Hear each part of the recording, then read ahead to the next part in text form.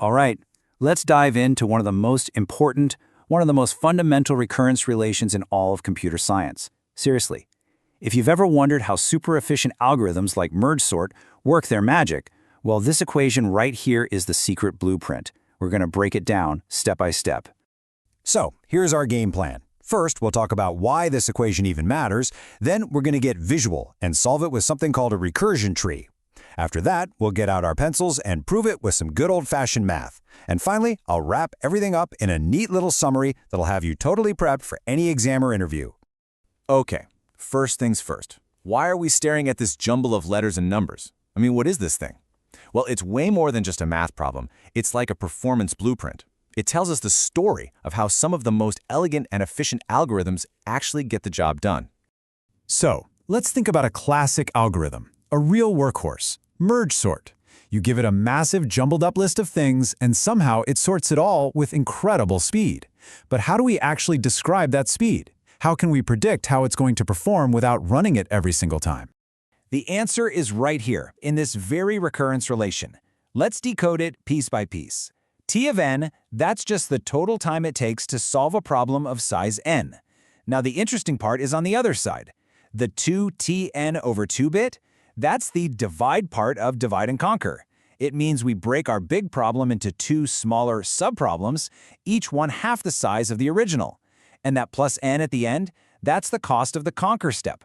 All the work we have to do to stitch those two solved halves back together into one final sorted list. Now, reading the formula is one thing, but to really understand it, to get that aha moment, we need to see it in action. So, we're going to use a really cool technique called the Recursion Tree Method. It's going to turn this abstract equation into something simple and visual that just clicks. So, let's picture our main problem at the very top of a tree, like the root. The cost of dealing with this problem at the top level is n. That's our plus n from the formula. Now, from this root, two new branches sprout out. These branches represent our two new subproblems, each one a t of n over 2 problem. And this process just keeps repeating. Each of those n over 2 problems then splits into two more, which gives us 4 problems of size n over 4 on the next level down. And those split and those split. This division keeps happening level after level until the problems get so tiny they can't be split anymore, basically when their size is just 1. Okay, so we've got this awesome branching tree structure. It looks cool, but what does it tell us? Well, to find the total work the algorithm does, all we have to do is add up the cost of the work done at every single level of this tree. And this is where the magic happens. Take a look at this table. At the very top, the root level, the cost is n. Simple enough. At the next level, level 1, we have 2 nodes, and each one costs n over 2. So what's 2 times n over 2? It's n. Okay, what about level 2? We have 4 nodes, each costing n over 4. 4 times n over 4 is n again. Are you seeing this? It's amazing. The amount of work at every single level of this tree is exactly the same. It's always n. So the cost per level is a constant n. That's part 1 of the puzzle. Now for part 2. How many levels do we have? Well, remember, we stopped dividing when our little subproblems have a size of 1. So the question is, how many times do you have to divide n by 2 until you get down to 1? That is literally the definition of a logarithm.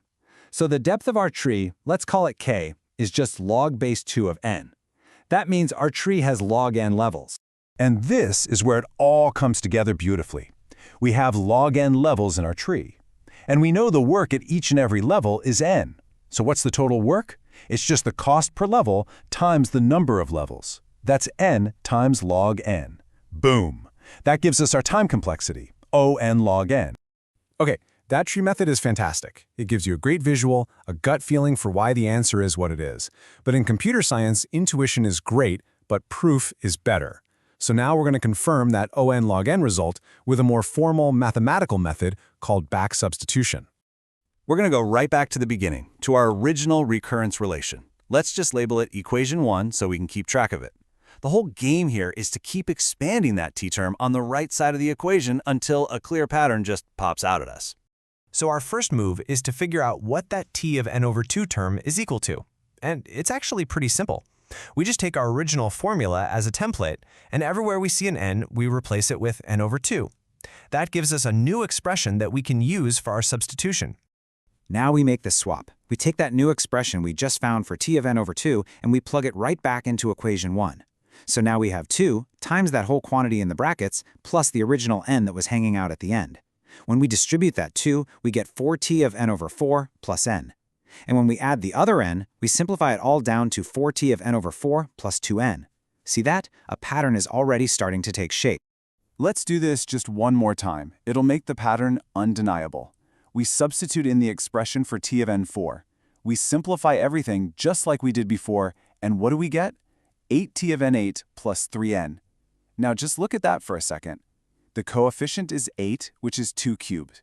The problem size inside is n over 8, which is n over 2 cubed, and the term at the end is 3n. The pattern is practically screaming at us now. Okay, we've done the grunt work, we've expanded the equation out a couple of times. Now it's time to take a step back and just describe the general pattern, the master formula that we've just uncovered. Think about it. After one substitution, we had 2n. After the next one, 3n. The coefficient in front of the t went from 2 to 4 to 8. You can see the powers of 2. So what do you think the formula looks like after some generic number of steps, let's say k steps? Here it is. This is the generalized form. After k rounds of substitution, the formula becomes 2 to the power of k times t of n divided by 2 to the power of k plus k times n. This is our master key. It describes the state of the equation at any step we want. And now for the final move. Let's connect this back to what we learned from our tree. We know the whole process stops after k equals log n steps. So let's plug log n for k in our general formula. Now, that t of n over 2k term just becomes t of 1, which is our base case, some small constant amount of work. And the first term, 2 to the k, becomes 2 to the power of log n. And there's a handy logarithm rule that says 2 to the power of log base 2 of n is just n. So our formula simplifies to n times some constant plus n times log n. And in big O notation, that powerful n log n term is the one that matters. And there you have it. We've solved the exact same problem using 2 completely different methods. And, not surprisingly, we landed on the exact same answer. So let's just quickly wrap up the key takeaways here. We basically took 2 different roads to the same city. The recursion tree was the scenic route. It gave us that visual intuition, showing us we had log n levels that each cost n. The substitution method was the direct highway, a formal, rigorous algebraic proof. But the most important thing? Both our intuition and our formal math led us to the exact same conclusion, which means we can be really confident in our answer. And that answer, the one you should burn into your memory, is O of n log n. This is the signature time complexity of so many of these efficient divide-and-conquer algorithms. It's way better than something slow like O of n squared, but it's not quite as fast as a straight O of n. It sits in a beautiful, sweet spot of high performance. And that brings us to one last thing to think about. We started this by talking about merge sort, but it's definitely not the only algorithm that follows this blueprint. So I'll leave you with a question. What other famous sorting algorithms out there do you think are described by this exact same t of n equals 2t n over 2 plus n recurrence? Give that some thought, and you'll start to see these patterns everywhere. Thanks so much for joining me.